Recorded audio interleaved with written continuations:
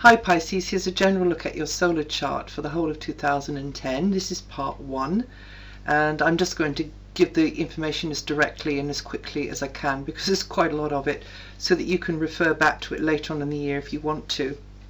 Now, the eclipse on January the 15th, that's going to send a wave of energy out over the following 6 months, bringing new beginnings, perhaps, you know, in friendships, your social circle, but also help you to work towards your long cherished hopes and dreams.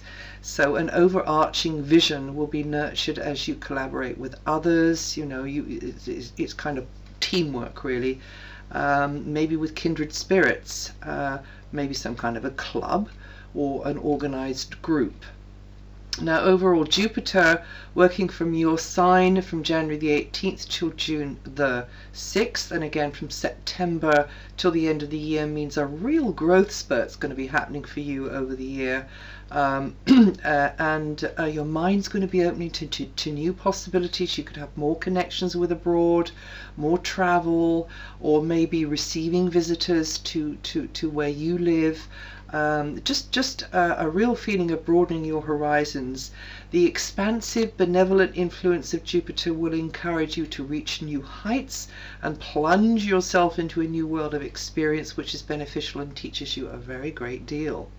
So that's good news. Now, once Jupiter parts company with Neptune and Chiron, where it was quite a lot over 2009, that's going to happen from the end of the first week of January. Things will start to become much clearer for you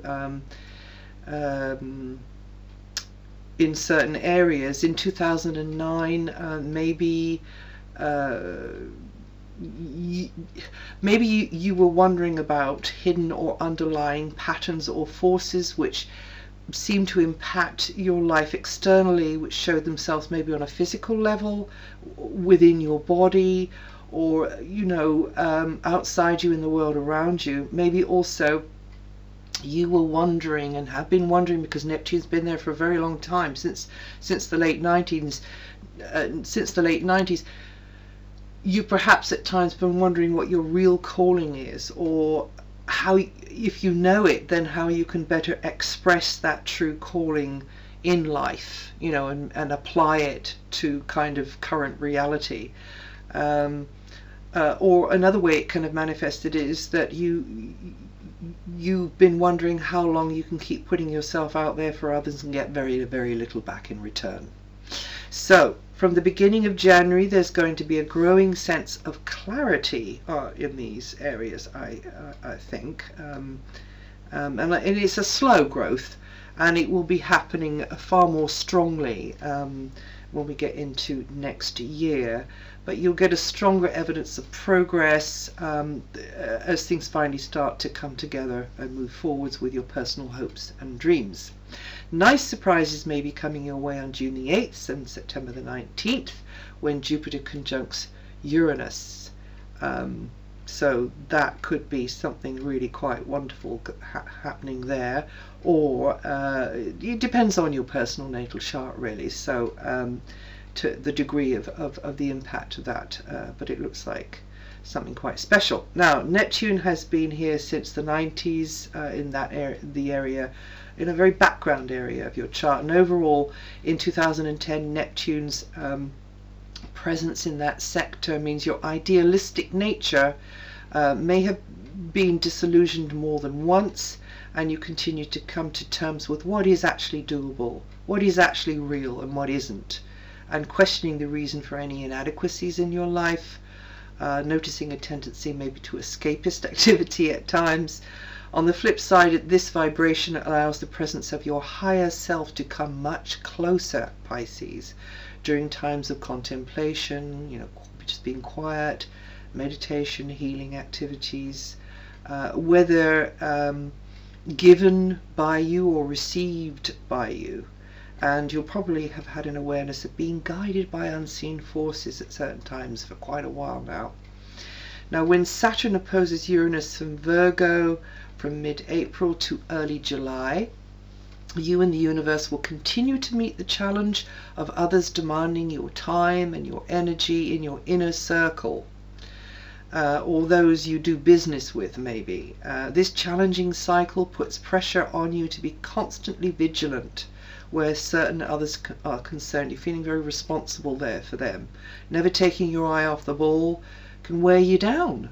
And so you should take mini breaks, Pisces, as often as possible, just to get away from it all. You're learning to meet commitments, but also to be fair to yourself.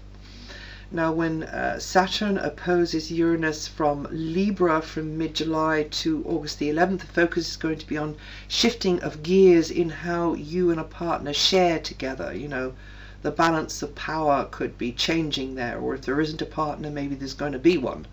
Or maybe it will be like a colleague. It's necessary to discuss joint expectations, and even though you both may have a very different take on things, sometimes you'll strive to reach a mutual agreement. Maybe you're having to live within the parameters of a previous contract, or some kind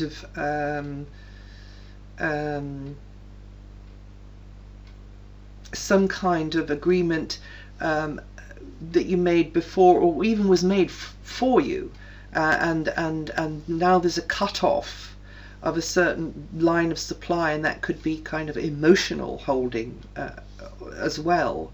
It could be for them, it could be for the partner, you see, as well. It could be that they're kind of feeling a lack in that department. So you've got to shift into a new gear regarding a better way to be, and this could affect the financial outlook too for some of you. Now, during this period, you'll have to be patient and persevering as the cogs of the wheels slowly shift into a new position. You can't rush anything. Uranus working from your sign until the end of May, and then again from the 13th of August